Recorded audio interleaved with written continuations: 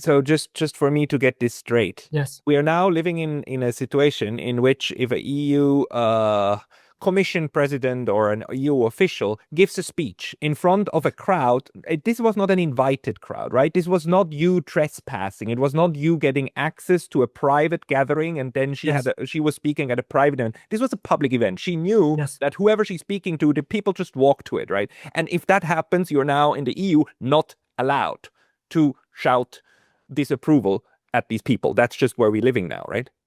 Yes, correct, correct. It's very important that you mentioned the fact that I was in a public square. There were other people there giving flyers for the EU elections, candidates, just like me from other parties. There were people voluntary gathering there, and it's not that I trespassed some area. So there were also other people protesting, and we are not allowed this. It seems that we are not allowed to be against the policies of our leader. We are not allowed to peacefully protest.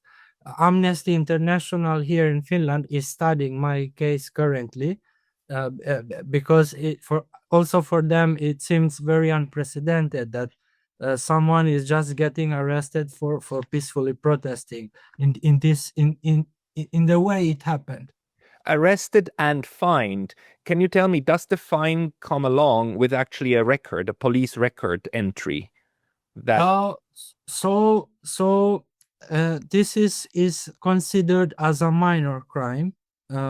So, but in the future, let's say it might affect me for applying for jobs in that's what I mean. Does it remain on the record? I mean, is it part of your the one lawyer told me it shouldn't be their record, but it might be used against me in future if there are gonna be other protests. They're gonna say, "Oh, look, you were being aggressive on that day in the previous protest, so we have a clear record of you being aggressive," when it's not the case. So I will say what I'm trying to get from the court now is to remove this fine because I didn't do it, and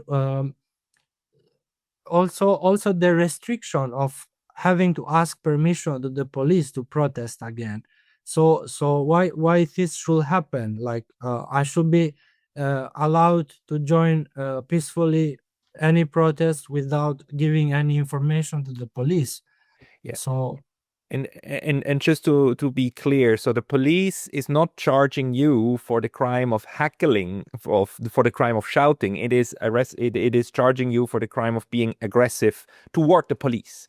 So yes, the fact yes, that they had to grab you and pull you away is enough yes. to justify that you were aggressive toward them, not toward von der Leyen. But that's the charge, right? Yes, but on during the court case, they said that, hey, like there was the European president, and you're not allowed to disturb the speech.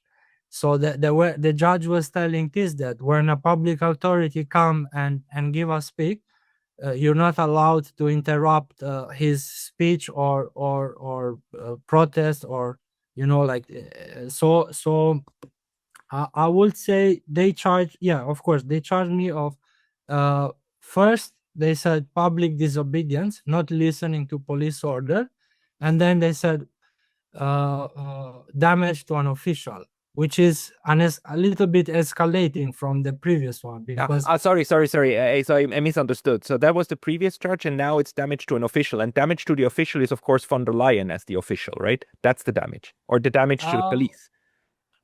they didn't clarify this. They said damage to an official, so they didn't clarify to who I was being aggressive, because I've also asked the judge there. I was allowed to ask question. I'm like, uh, I was being aggressive to who exactly? Like, so they didn't clarify that. So it's about interpretation of the law here, which they could say is the police. They could say it was Ursula von der Leyen, but it is in my own language, in Italian, it was damage to an official. So like, without specifying who the official was. It's just what does this what kind of feeling does this leave you with, knowing that, principally the Finnish police now set a precedent that anyone who protests against public officials from the EU, but potentially, of course, also public officials from Finland, can be taken away and given a fine. Is that still part of your concept of the freedom of speech? Yes, of course. It's really shocked me because I thought Finland had one of the best ranking in terms of free press, democracy, and human rights. And it feels like I have to think twice in future if I want to take part in any protest, because they can use anything against me. Like at this point they can say you were being aggressive while you I was not being aggressive, and so you're not allowed. It's like a form of intimidation that whoever is dissident, we're gonna make sure that he will think twice in future if he want to protest again to any official in Finland or the European Union. So of course I don't want to get in trouble with the law. I live with my family. I have a daughter. I live my life, but uh, so I feel intimidated that I cannot protest in future, as I thought other people were also doing. So like they target specific people, and then yes, also during the court case, it seems like the judge came there with a clear intention of fining me whatsoever was the circumstances, not listen. So it was not being impartial.